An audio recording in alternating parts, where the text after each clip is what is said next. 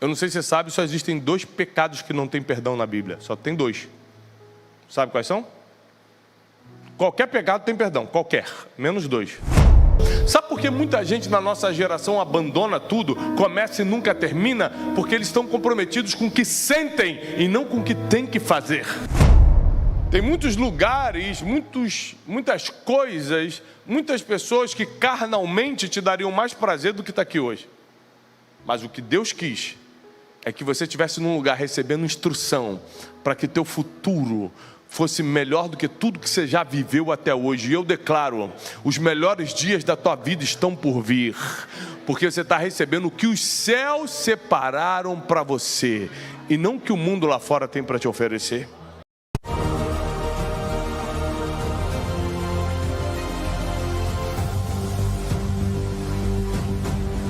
Programa Boas Notícias com Tiago Brunet. Nessa noite eu tenho uma mensagem para você. E às vezes Deus separa dias para falar com a gente. Eu não sei se você reparou, eu sou crente desde que eu nasci. Não são todos os dias que Deus fala com a gente, não. Ou Ele fala e a gente não escuta. Sim ou não? Mas tem dia que a gente simplesmente não tem direcionamento algum, a gente não tem palavra alguma, e a gente está precisando muito. Tem dia que precisamos de um livramento. Tem dia que a gente precisa só de um consolo. Tem dia que a gente precisa de uma provisão. Todos os dias, de alguma forma, a gente precisa que Deus fale ou toque em nós de alguma forma. Mas não é sempre que recebemos esse toque ou recebemos essa palavra. Ou porque é a vontade dele que seja assim, ou porque nós, distraídos ou insensíveis espiritualmente, não percebemos a palavra dele sobre nossas vidas. Mas hoje à noite Deus vai falar com você. Você não veio por acaso. Eu quero compartilhar contigo a palavra de Deus no livro de Efésios. Abre comigo em Efésios, capítulo 4. Nós vamos ler do 17 ao 32. Efésios foi escrito pelo apóstolo Paulo. O apóstolo Paulo foi um grande reforço para o reino. Você imagina que Jesus forma 12 discípulos, passa 3 anos e meio treinando os 12, o apóstolo Paulo não era um deles, ou seja, ele veio como um reforço depois. E a doutrina cristã, ou seja, a forma da gente levar o evangelho, foi estabelecida e ensinada pelo apóstolo Paulo, e pouquinho pelos 12 apóstolos, ou 11 que restaram. O apóstolo Paulo foi o maior conselheiro, doutrinador, filósofo e escritor do Novo Testamento. Das 27 cartas, 13 foram atribuídas ao apóstolo Paulo, sem contar Hebreus, que não diz quem foi o autor, e muitos teólogos desconfiam que pode ter sido o apóstolo Paulo. O apóstolo Paulo foi um fenômeno, naturalmente falando, porque ele aguentou coisas fisicamente que a gente desistiria de primeira: naufrágios, apedrejamentos, abandonos. Você imagina se alguém te dá uma pedrada por causa da igreja, você já sai da igreja. O apóstolo Paulo ficava sendo apedrejado o tempo todo e continuava, voltava para a mesma cidade para continuar pregando para as mesmas pessoas que o rejeitaram. O problema dele não era com as suas próprias emoções, era com o seu compromisso e com a sua missão. Sabe por que muita gente na nossa geração abandona tudo, começa e nunca termina? Porque eles estão comprometidos com o que sentem e não com o que tem que fazer. Sabe de que serve seus sentimentos? De nada, principalmente para os outros. Para você serve um pouquinho, para os outros, estou revoltado com o governo. Grandes coisas, até parece que o governo vai mudar porque você está com raiva. Estou revoltado com o meu vizinho. Grandes coisas, até parece que ele vai ser um vizinho melhor só porque você está com raiva dele. Seus sentimentos não mudam? Nada, só mexem com você mesmo.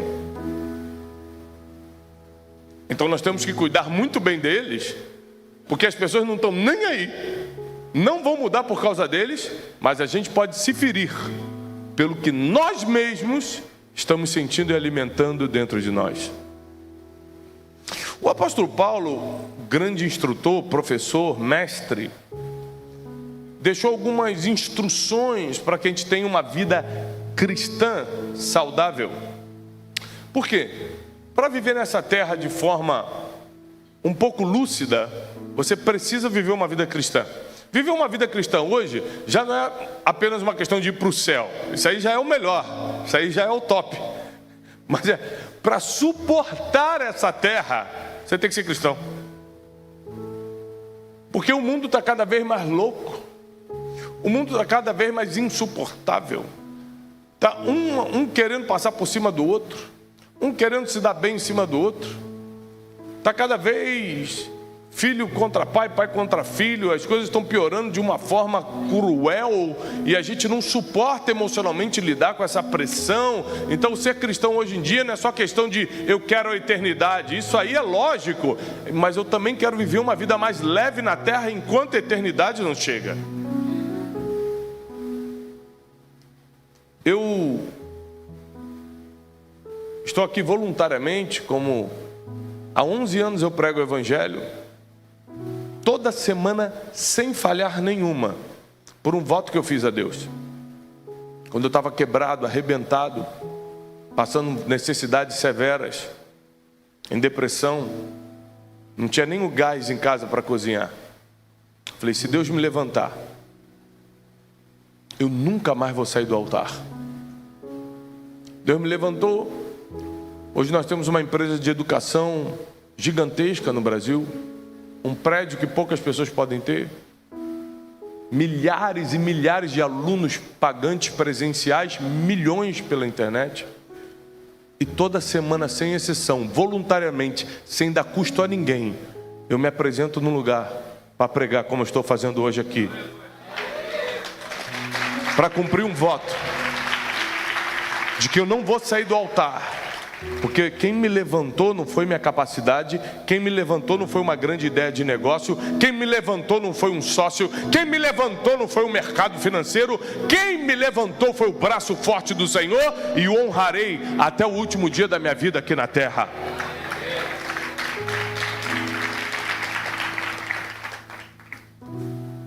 E nós vamos compartilhar então um pensamento do grande apóstolo Paulo, quando provavelmente preso em Roma, escreveu a igreja de Éfeso, uma das igrejas mais vibrantes, mais participativas do Evangelho. Eu tive o privilégio de pessoalmente visitar Éfeso, que hoje fica na Turquia. E é maravilhoso você conhecer a história de perto. A igreja de Éfeso recebeu grandes nomes, como o apóstolo João. E aqui, sendo mentoreada pelo apóstolo Paulo, recebe uma carta, provavelmente direto de Roma, de onde estava preso. E ele vai orientar os crentes sobre a santidade, sobre como manter-se separado. Santidade não é ter uma auréola aqui em cima e roupa branca, e falar diferente, falar em línguas por onde passa, e ser muito espiritual na frente dos outros, não. Não. Santidade é você ser uma pessoa separada. Olham para você e percebem que você não faz parte daquele tipo de grupo. Olham para você e percebem que você não faz parte desse linguajar. Umas 3, 4 semanas atrás eu fui num almoço de empresários em São Paulo. Sentando no almoço, o primeiro papo que puxaram foi completamente imoral. E a pessoa que puxou esse papo, provavelmente, ou com certeza não me conhecia, o do lado tinha ideia de quem eu era, ele ficou sem graça e falou, vamos mudar de assunto. E puxaram um outro assunto, ou seja, só por eu estar no almoço, um assunto imoral não foi para frente. Porque eles perceberam que eu não sou dessa mesa, eu não sou desse lugar, eu não sou desse papinho, eu não faço parte desse grupinho. Então santidade não é você ser mais especial que ninguém, é você ser separado. Eu erro? Erro, claro. Ser santo não é pecar, é não viver no erro. Ser santo não é, nossa, nunca mais vou cometer um erro. Quem aqui pode me prometer que nunca mais vai pecar na vida? Nenhum de vocês. Então, santidade não está ligado se você errou ou não. Tá ligado? Se você quer continuar errando ou se você quer abrir mão disso para sempre. O apóstolo Paulo vai dar algumas instruções para a gente. Vamos lá? A partir do versículo 17, eu vou ler primeiro do 17 ao 32 e logo depois te explico versículo por versículo. E digo isto e testifico no Senhor, para que não andeis mais como andam também os outros gentios, na vaidade da sua mente. Se você está com a Bíblia na mão, pega a caneta e sublinha, vaidade da sua mente. Se você está na Bíblia online, marca. Não deixa somente de anotar para você lembrar do que foi pregado. Ou seja, digo isto e testifico no Senhor, para que não andeis mais. Ou seja, antigamente você andava, mas você não vai andar mais como outros gentios, ou seja, aqueles que não fazem parte do povo de Deus, que andam na vaidade da sua mente, ou seja, se acham. Traduzindo para o português de hoje, se acha. Vaidade da mente. Se acha melhor, se acha mais rico. Saiu o documento, então você acha que é especial, e o outro que não tem, não vale nada. Há 2 semanas atrás você estava de joelho dobrado, chorando, Deus tem misericórdia de mim, faz esse negócio sair. Quando sai você se acha especial. Ou seja, tem alguma coisa errada na nossa cabeça. Que de uma semana para outra a gente muda a nossa forma de pensar sobre nós mesmos. Por causa de algo que a qualquer momento pode ser perdido. Não ande na vaidade da sua mente. Entenebrecidos no entendimento. Ou seja, entenebrecido é andar em trevas, andar na escuridão. Entenebrecidos no entendimento. Ou seja, entendimento está aqui, ó, na tua cabeça. Quando a sua mente está com nuvem negra, está com pensamentos de trevas, quando você está entenebrecido na mente, você fica separado da vida de Deus pela ignorância que há neles, pela dureza do coração, os quais, havendo perdido todo o sentimento, sublinhe isso, os quais, havendo perdido todo o sentimento, se entregar à dissolução. O brasileiro tem um problema, são 2 problemas que o brasileiro tem, que se você, caso seja um deles, precisa resolver. Um é com a língua portuguesa, lê o texto e não consegue entender a palavra, dissolução, o que é isso? Se eu chamar aqui alguém para falar, provavelmente você vai passar vergonha. E o segundo problema é interpretação de texto. Outro problema que o brasileiro tem, não vocês, a gente está lá no Brasil.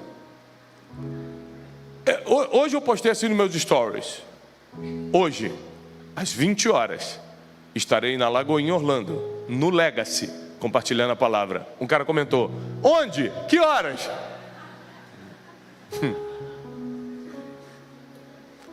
Qual o nome disso? Problema de interpretação de texto. Ele nem leu direito, e se leu, não entendeu o que estava escrito. Ele não viu 20 horas, não viu escrito o local. Então o apóstolo Paulo, aliás, a Bíblia toda, ela é para você entender o que está escrito, por causa das palavras do português, né? Antigamente eu te aconselharia a ter um dicionário, né? Hoje em dia você tem a inteligência artificial, você tem chat GPT, tem Google, tem um monte de coisa, para tirar dúvida do que é. Para você poder sair da ignorância e entender o que a palavra está querendo comunicar contigo. Versículo 19, os quais, havendo perdido todo o sentimento, ou seja, já não sinto mais nada por ninguém, e nem por mim mesmo, se entregar à dissolução. Sabe o que é dissolução? Você pega o açúcar, joga na água, a água é um solvente, e o açúcar vai diluir ali. Isso é uma dissolução. Existia antes de se encontrar com outra coisa que é mais forte, que é mais poderosa, e aí dissolve. Se entregar à dissolução, para que com avidez, sabe o que é avidez? Força total, muita vontade, para que com avidez cometessem todo tipo de impureza. Mas vós não aprendestes assim de Cristo. Se é que tendes ouvido e nele fostes ensinado, como está a verdade em Jesus, que tanto ao trato passado vos despojeis do velho homem que se corrompe pelas concupiscências do engano. Quanto ao trato passado, faz assim, ó, passado. Quem é que tem passado? Levanta a mão. Quem deixaria eu passar o teu passado no telão hoje? Todos os detalhes sórdidos. Quanto ao passado, faz assim, ó, passado. Vos despojeis do velho homem que se corrompe pelas concupiscências, pelos desejos do engano. Porque tudo que é desejo carnal é enganoso. Se não fosse enganoso, você ia realizar um dia e nunca mais ia querer, estava feito.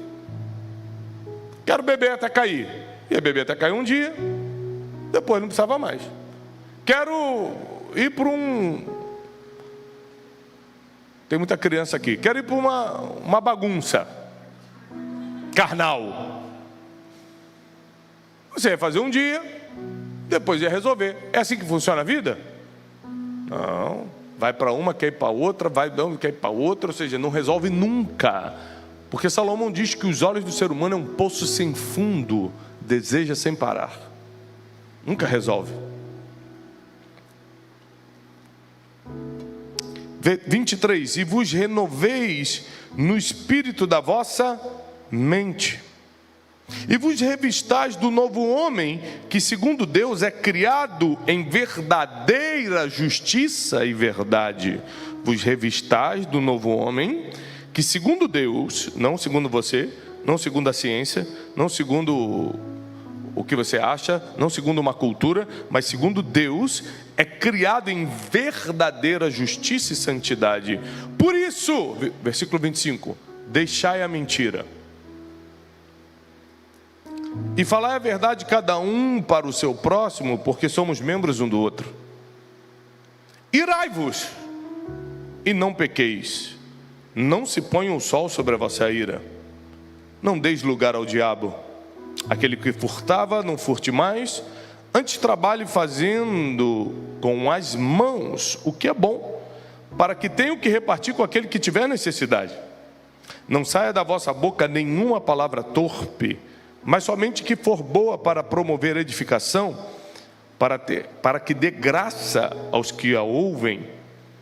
E não entristeçais o Espírito Santo de Deus, no qual foste selado para o dia da redenção. Toda amargura, ira, cólera, gritaria, blasfêmia e toda malícia sejam tiradas dentre vós. Antes, sede uns para com os outros benignos. Ser bom é o que você sente por dentro, benignidade é o que você demonstra por fora. Sede um para com os outros benignos, ou seja, mostra que você é bom mesmo. Não é aquele sentimento que você, se eu tivesse eu ajudava. Não. Vai lá e ajuda. Sede benignos, misericordiosos, perdoando-vos uns aos outros, como também Deus vos perdoou em Cristo. Vamos estudar essa palavra hoje. O apóstolo Paulo está dando várias instruções, sabendo que essas cartas vão varar milênios, e que ele estava sendo usado por Deus, por causa das altas revelações que tinham, para dar direcionamento de como a gente conduzir uma vida mais leve aqui na Terra. Por exemplo, um dos maiores problemas do ser humano, um dos maiores, que leva ele ao surto psicótico, à depressão e a problemas que hoje envolvem não só a saúde mental, mas coisas até mais sérias, é a culpa. A pessoa não consegue lidar com a culpa, com o que fez no passado, ele não aceita. Deus já perdoou, ele mesmo não consegue se perdoar. O apóstolo Paulo vai trabalhar muito aqui essa questão. Sabe, deixa o velho homem para trás, renova a tua mente no espírito e bola para frente. Por quê? Porque ele sabia que o ser humano, um pouquinho mais baixo, por favor, só um pouquinho mais baixo. Porque o ser humano tem muita dificuldade de abandonar o passado aqui, ó, na mente. Ou você não lembra do último pecado que cometeu? Ou talvez você ainda não esteja acusado pelo passado que já fez ou teve. Na verdade, em Cristo Jesus já estamos livres, libertos, perdoados e selados para a redenção. Mas a nossa mente não nos permite levar assim tão fácil. Então o apóstolo Paulo escreve para a igreja de Éfeso o que serve para nós aqui em Orlando, na Flórida, nessa noite. E eu quero ir debatendo versículo por versículo. 17 diz: testifico no Senhor para que não andeis mais como andam também os gentios, na vaidade da sua mente. Número 1, a partir de hoje você não anda mais como quem está lá fora anda, se achando.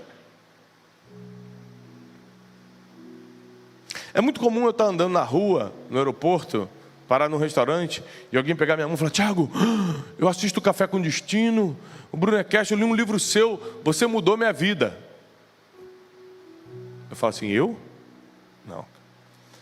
Deus mudou sua vida. Eu fui somente um instrumento. Nunca na minha vida, em todos esses anos servindo ao Senhor, eu aceitei um elogio como esse. Porque Deus não divide a glória dele com ninguém. Então, como eu não sou vaidoso na mente, eu sei bem de onde Deus me tirou. Eu sei bem de onde Ele me livrou. E eu sei que só acontece porque Ele bota a mão em mim. E se Ele tirar a mão de mim, eu não consigo fazer mais nada. Quando alguém vem me elogiar, eu falo assim: obrigado, mas foi Deus quem fez, eu sou apenas um instrumento. Porque outrora, como os outros que estão lá fora, andávamos na vaidade da nossa mente, se achando: eu compro esse carro porque eu sou rico, eu faço tal coisa porque eu sou bom, eu tenho essa audiência porque eu sou influencer e tal. A vaidade da mente não serve para absolutamente nada. Então o apóstolo Paulo já fala, já se livra disso. 18, entenebrecidos, ou seja, com trevas no entendimento. Uma das estratégias do inimigo é colocar escuridão nos teus pensamentos. Porque com escuridão você não tem clareza. Repete comigo: com escuridão não tem clareza. Imagina, se não tem clareza, eu não vejo o próximo passo. Se não tem clareza, eu não sei o que fazer. Se não tem clareza, eu não sei quem é você. Você está entrando na minha vida para me destruir ou para me ajudar? Não sei. Eu aceito quem entra. Se a minha mente está entenebrecida, qualquer coisa serve. Entenebrecidos no entendimento, separados da vida de Deus pela ignorância. Então eles não estão separados da vida de Deus porque querem apenas. É porque eles estão com trevas na cabeça e com ignorância no coração. Então, as trevas não me deixam ver, a ignorância não faz perceber. Aí Deus está falando comigo, Deus está mandando sinais, eu não estou percebendo nada. E aí eu olho para a vida do crente e falo: o crente é maluco, porque ele diz que escuta a Deus, mas Deus também está falando com quem está lá fora. Eles só estão entenebrecidos na mente e ignorantes no coração. Está escrito? Pela dureza do seu coração. Dureza de coração é algo terrível. É quando você é orgulhoso e acha que não é. É quando Deus quer falar contigo e você não entende. É quando Deus quer te chamar a atenção e até com Deus você bate boca. Ah, Deus! Deus? Não, quando o teu líder te chama a atenção, você já deveria aceitar a repreensão, porque a Bíblia diz em Provérbios que quem ama a repreensão encontra a sabedoria. Mas tem gente, acredite se quiser, que até com Deus bate boca. Vai me chamar a atenção de novo. Então eu estou sempre errando, só o Senhor que está certo. Com Deus. Imagina esse ser humano no casamento que está fazendo. Tem pessoas assim, sim ou não? Um monte. Um monte. Os quais, havendo perdido todo o sentimento. Por exemplo, por servir a Deus, eu sou carregado de vários sentimentos. Sentimento de misericórdia quando eu vejo alguém precisando, de compaixão, que é me colocar no lugar do outro, sentir o que o outro está sentindo e ir lá interferir. Um sentimento, discernimento de espírito. Eu entro num lugar, nossa, esse lugar está pesado, ou esse lugar aqui, Deus vai se manifestar. Nossa, essa pessoa é gente boa, vou fazer uma sociedade com ela, vou fazer uma amizade. Essa pessoa, não sei, é meio estranha. A gente é carregado de sentimentos quando a gente serve a Deus. Mas quando a gente está entenebrecido, quando a gente está na ignorância, quando a gente está com dureza de coração, a Bíblia diz que a gente perde todo sentimento, ou seja, a gente fica insensível. E o problema do insensível é que a dor está chegando, ele só não está percebendo. A tragédia está vindo, ele só não está enxergando, porque ele é insensível. Os quais, havendo perdido todo o sentimento, se entregaram à dissolução, dissolveram o pouco que tinham, para com avidez, ou seja, com força total, cometerem toda a impureza. Ou seja, se entregaram mesmo no mundão. Mas vós não. Vocês não aprenderam assim de Cristo. Se é que tendes ouvido e nele foste ensinados, como está a verdade em Jesus. Qual é a verdade em Jesus? Versículo 22. Que quanto ao trato passado, vos despojeis do velho homem, que se corrompe pelas concupiscências. Concupiscências são os desejos desenfreados do engano. Então, a partir do momento que eu me entrego a Jesus, tem uma coisa que não pode mais me dominar: meus desejos desenfreados. Quando eu me entrego a Jesus, já não é mais como eu quero, é como Ele quer. Já não vivo mais eu, mas Cristo vive em mim. Quando eu aceito Jesus, essa é a condição, gente, não é vir à igreja ao domingo. Quando eu aceito Jesus já não vivo mais eu, mas Cristo vive em mim. Eu morro para mim mesmo, tomo a minha cruz e sigo. Ou seja, dizer não para um monte de coisa que eu gostaria sim de fazer, mas não faço, porque a Bíblia diz que não. Então ser crente não é bater ponto na igreja. Ser crente é fazer o que está escrito, por mais que seja totalmente o contrário do que eu quero, e geralmente é. Tem muitos lugares, muitas coisas, muitas pessoas que carnalmente te dariam mais prazer do que está aqui hoje. Mas o que Deus quis é que você estivesse num lugar recebendo instrução para que teu futuro fosse melhor do que tudo que você já viveu até hoje. E eu declaro, os melhores dias da tua vida estão por vir, porque você está recebendo o que os céus separaram para você, e não o que o mundo lá fora tem para te oferecer. 23, e vos renoveis no espírito da vossa mente. Então, onde é que a gente se renova? Aqui, ó. Eu vou dormir que eu estou muito cansado. O que adianta dormir quando é tua alma que está cansada? Nada. A renovação do ser humano é aqui, na mente. O sono ajuda o físico, sem dúvida. Tirar férias ajuda, sem dúvida. Mas você se renova aqui, ó. É a tua mente sendo renovada pelo Espírito Santo de Deus.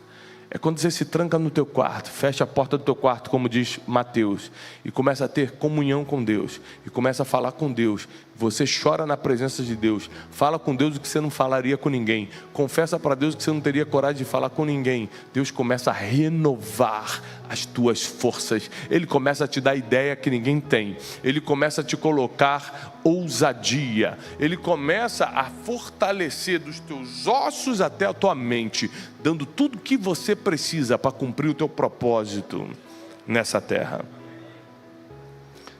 E vos revistais do novo homem, que segundo Deus é criado em verdadeira justiça e santidade. Ou seja, a gente vai se revestir agora de um homem que é criado por Deus, porque a gente mesmo nunca vai viver em justiça e santidade. Por nós mesmos? Nunca! Toda vez que você vê alguém se gloriando, não, eu sou um homem santo de Deus, sai de perto dele. É mentiroso. Um homem santo de Deus não consegue declarar que é santo, porque mesmo vivendo em santidade, ele está sempre meio arrepiado diante de Deus, ele está sempre trêmulo diante do Espírito Santo. Ele nunca teria a ousadia de falar para você que é bom. Quem fala para você que é bom, sai de perto dele. Tiago, como é que você é? Eu estou em construção. Tiago, como é que é a sua vida com Deus? Eu me apego a Ele todos os dias. Eu me arrependo todos os dias. Tiago, você é bom? Meu Deus, eu estou na metade do caminho. Aliás, quando chamaram Jesus de bom, ele falou: por que me chamas de bom, se ninguém é bom senão Deus? Nem Jesus aceitou o elogio, e tem um monte de gente falando: eu sou bom, graças a Deus, assumi esse cargo aqui na igreja porque eu sou maravilhoso e tal. E as pessoas acham normal, indo contra a palavra. pisando no Evangelho de Cristo e falando, normal. Graças a Deus aqui não. E vos revistais do novo homem que segundo Deus é criado em verdade, em verdadeira justiça e santidade. Versículo 25, agora a gente vai passar para a prática. Por isso deixai a mentira. Não dá mais para contar historinha. Não dá mais para aumentar a história. Não dá mais para falar o que não aconteceu. Não dá mais para você dizer o que tem e o que você não tem.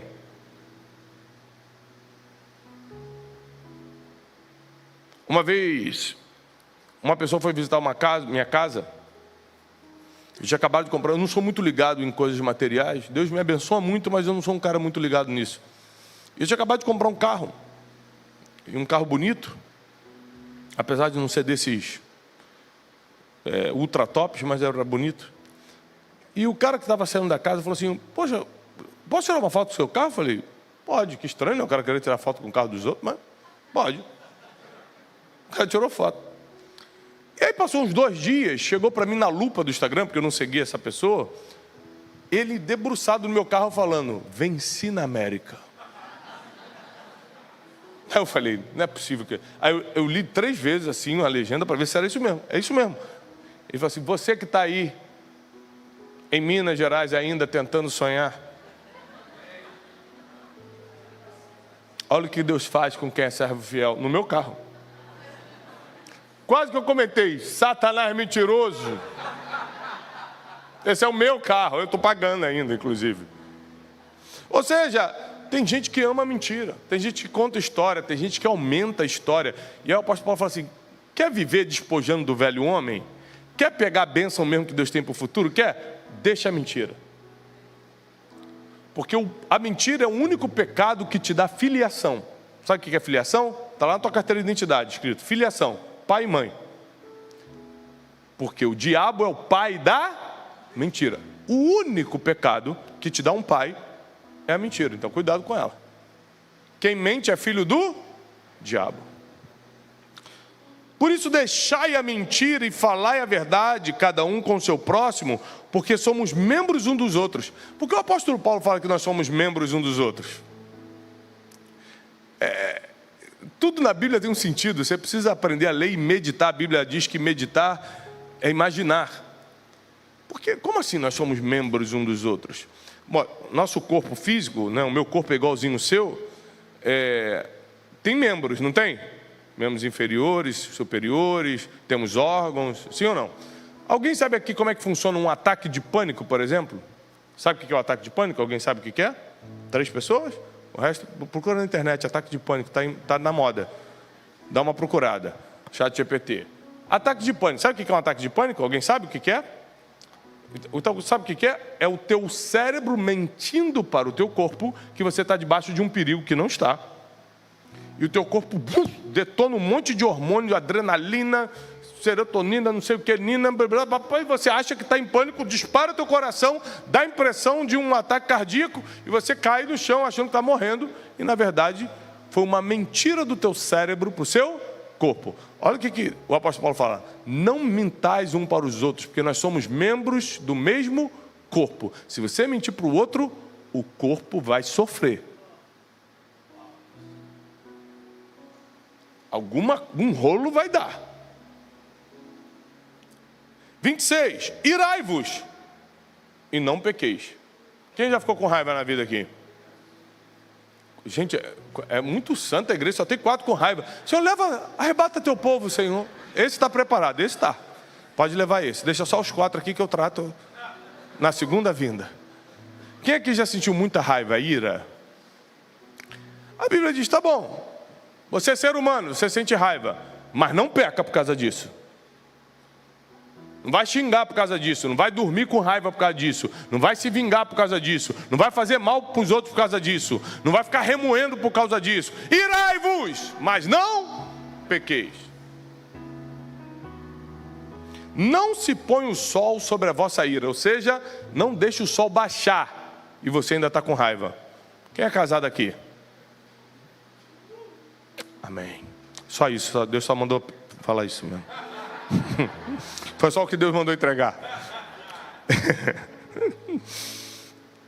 Esses dias eu vi um meme na internet, eram 2 senhorizinhos, né, um senhor e uma senhorazinha deitados na cama, falando: estamos há 3 dias acordados, porque nós prometemos que jamais dormiríamos brigados. Há 3 dias assim, ó, ninguém queria pedir perdão para ninguém. Irai-vos e não pequeis, não se põe o sol sobre a vossa ira. É ordenança bíblica. Tá com raivinha? Morde o dedo, morde o ombro, faz o que quiser, mas resolve no mesmo dia. Isso aqui é vida de crente, vida difícil, auto-humilhação. Você acabou de me diminuir, você acabou de ter um problema comigo, eu estou com raiva de você, está se pondo o sol, aí a Bíblia diz que eu tenho que ir lá e resolver. Irmão, quem está certo ou quem está errado, não importa. Me perdoa, desculpa. Eu vou dormir sem raiva. Hoje eu preciso dormir sem raiva por causa da minha religião. Eu sou crente. A minha religião não permite. Eu até queria dar uma alimentada nesse ódio e tal, mas... E até mandar uma indireta no Facebook para você amanhã, mas não vai rolar, porque eu sou crente, aí tem que perdoar hoje mesmo. É difícil ou não é? Pra caramba. Mas é a vida do crente. A vida do crente não é fácil. Não deis lugar ao diabo. O versículo 27 é só isso. Não deis lugar ao diabo. O que o apóstolo Paulo está deixando claro é que o diabo não vem por uma brecha espiritual, vem por uma brecha comportamental. Está claro isso? Está aqui. Ó, não minta, não fica com raiva dos outros, ira, mas não peca. Não deixe lugar ao diabo, ou seja, não deixe que teu comportamento crie um lugar para o diabo sentar e fazer a festa. Porque espiritualmente, a gente está coberto pelo sangue de Cristo. Os anjos do Senhor acampam ao nosso redor, mas o nosso comportamento pode convidar o inimigo, apesar de toda a proteção espiritual. Cuida o teu comportamento. 28. Aquele que furtava, não furte mais. Aquele que dava jeitinho brasileiro, aquele que não pagava imposto, aquele que roubava o dinheiro de alguém, aquele que se dava bem em cima dos outros, não faça mais isso. Parou, acabou, isso é adiante, é do velho homem. Agora você vai trabalhar com as suas próprias mãos, fazendo o que é bom, para você ainda ter o que repartir com quem tiver necessidade. Então agora não só não dou mais em cima, não me dou bem em cima de ninguém. Eu não só agora não engano os impostos. Eu não só agora não parei de roubar ou de trapacear. Agora eu trabalho honestamente com as minhas mãos para ainda ajudar quem precisa. Ou seja, dicas práticas. E, sabe qual é o problema? Tem gente que acha que roubar, vamos falar um pouquinho desse assunto, que roubar é pegar dinheiro de alguém. Eu estou pregando aqui, tem uma caneta dentro da minha Bíblia. Umas 2 vezes, eu estava já na igreja pregando, pegaram a caneta dentro da minha Bíblia e levaram. O nome disso é o quê? Roubo, a caneta é minha. E ainda é uma Montblanc, vale um dinheirinho. Aí eu fui perguntar, cadê a caneta? Estava aqui, o irmão pegou e levou. Eu falei, gente. Aí o cara me deu uma Bic, mas pode levar essa. Aí é doideira, aí não. Perdi a Montblanc e o cara quer me dar Bic, aí não.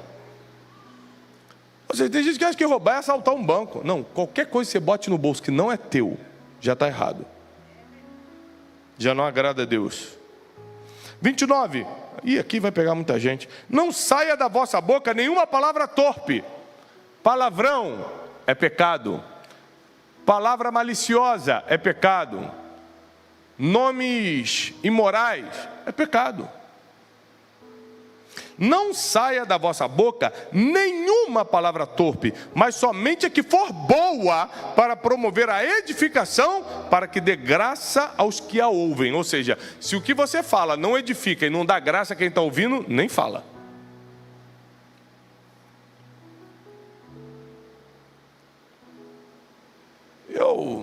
Com isso aqui eu tive certa facilidade, com outros pecados eu tive que lutar, mas com isso aqui foi mole, porque meu pai, além de ser pastor, era militar. Então foi na pancada mesmo. Foi na violência. Eu falava um palavrão lá com meus 10 anos de idade, ele me dava um tapa que eu voava do outro lado. Então eu cresci odiando palavrão. Eu falei, que negócio ruim, tu toma um tapa violento, que eu gosto não. Não falo. E ensino meus filhos a não falarem. E é bíblico, né?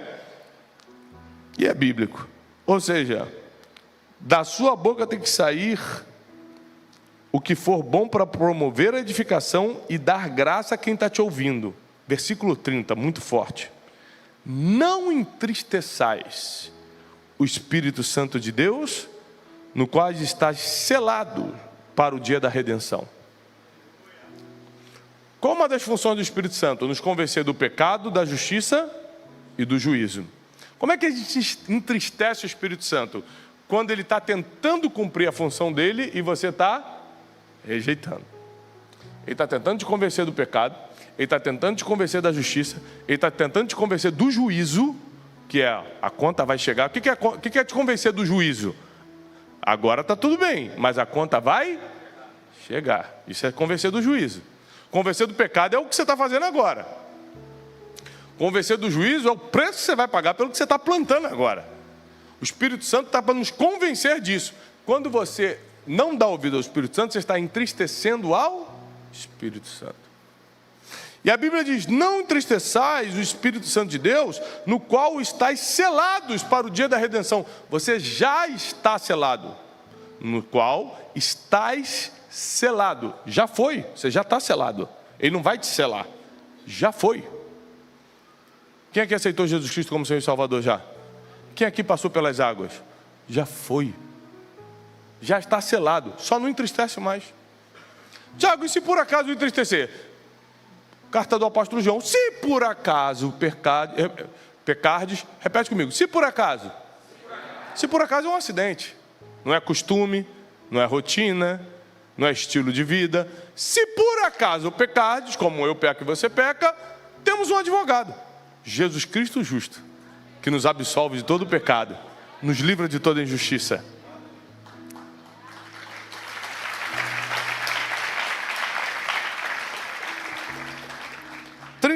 Para encerrar, 31 e 32, toda amargura é aquilo que você sente em relação aos outros.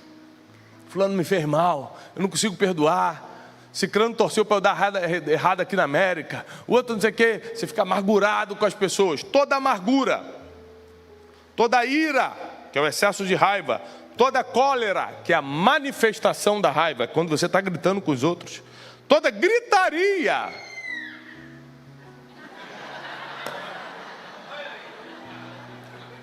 Joãozinho, vem cá agora, eu estou mandando, eu sou tua mãe. Pode até fazer, mas a Bíblia diz que toda gritaria, blasfêmia e toda malícia sejam retiradas dentre vós. Eu, por exemplo, disso aqui, eu tinha muito problema com gritaria, né? Cólera um pouquinho. Amargura, só num passado bem distante, depois eu resolvi. Ira, 50%. Malícia, bastante, eu tive que tratar. Blasfêmia, graças a Deus, nunca, sempre fui crentão. E aí, quando eu comecei a entender a Bíblia, porque ler a Bíblia não é entendê-la. Quando eu comecei a entender a Bíblia, eu comecei a falar com meus filhos diferentes. Filhão, vem cá. Antigamente era, meu filho, vem cá agora. Quem manda sou eu. Aí eu fui melhorando, porque a Bíblia diz que toda gritaria, blasfêmia é tudo que é contra Deus, contra o Espírito Santo. Toda malícia. Às vezes eu estou num grupo de WhatsApp, o cara manda uma figurinha estranha, eu falo assim, cara, não manda essas figurinhas não, senão eu vou sair do grupo. Às vezes eu estou com vontade de rir da figurinha. Mas é que a minha religião não deixa. Para seguir o Jesus de Nazaré, o crucificado, para ter acesso ao sangue de Jesus, eu preciso levar a sério o que está escrito. Eu falo, cara, malícia não é... Eu até sou tentado, até acho engraçado, queria até rir. Até com vontade de rir, mas não é para mim, não. Tira do grupo. Antes, sede um para com os outros benignos, ou seja, manifesta a bondade, misericordiosos. Gente, como o povo adora falar dos outros, julgar os outros, condenar os outros. A Bíblia diz que o juízo, olha o que a Bíblia diz, eu fico todo arrepiado. O juízo será sem misericórdia para quem nunca usou de misericórdia. Mas para quem usou de misericórdia, não haverá juízo. Meu Deus. Então quando alguém vem falar, você sabe do fulano? Eu falei, não sei, por mais grave que seja, que Deus abençoe e perdoe ele. Eu quero seguir a minha vida, porque eu estou cheio de problema para resolver. Porque quem fica julgando os outros vai ter juízo sem misericórdia. Está na Bíblia. Vai ser sem misericórdia.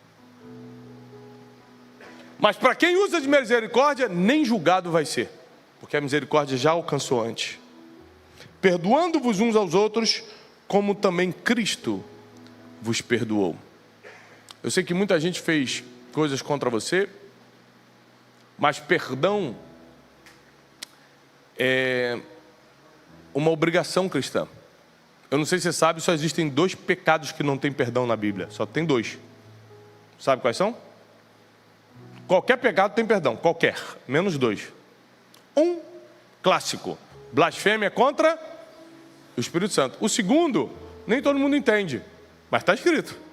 Se você não perdoar o teu irmão que te feriu, o Pai que está nos céus também não perdoa seus pecados. Se Deus não perdoar seus pecados, você vai para onde, filho?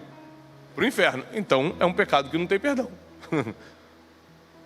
Não perdoar os outros é um pecado sem perdão. Então o apóstolo Paulo fecha magistralmente capítulo 4 de Efésios, nos orientando o seguinte: ame, seja bom, seja misericordioso e perdoe. Não só abandone as coisas ruins, faça as coisas boas. Repete comigo, eu não só vou abandonar o ruim, eu vou abraçar o bom. E eu declaro que ao cumprir o que está escrito, a sua vida será uma vida de milagres. A mão do Senhor jamais vai se retirar da tua família e das tuas gerações. Teus filhos e os filhos dos teus filhos vão comer dessa bênção que está saindo hoje à noite sobre você. A tua vida financeira será atingida por essa bênção. O teu casamento será blindado e protegido por isso. Tua vida espiritual será sacudida pelo Senhor e a presença de Deus vai inundar a tua casa. Todos os seus planos serão bem-sucedidos e tudo que tua mão tocar vai prosperar. Se você crê nisso, aplauda ao Senhor com toda a sua força, porque eu creio. Deus te abençoe, Deus te proteja, Deus prospere você. Eu declaro a paz e a prosperidade do céu sobre você e tua casa, em nome de Jesus. Deus abençoe. Porque quem acredita em mim, assim como eu ressuscitei, eu vou ressuscitá-lo no último dia também. Porque o poder do Evangelho não está nas palavras bonitas de Jesus, o poder do Evangelho está na ressurreição de Cristo.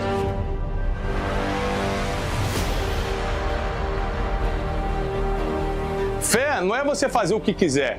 Fé é você fazer tudo o que tem que ser feito em cima de uma palavra que Deus liberou sobre a tua vida.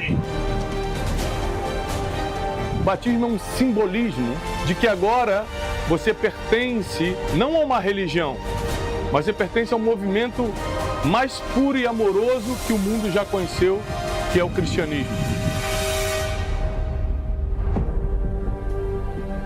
O seu futuro não depende das suas condições, mas das suas decisões.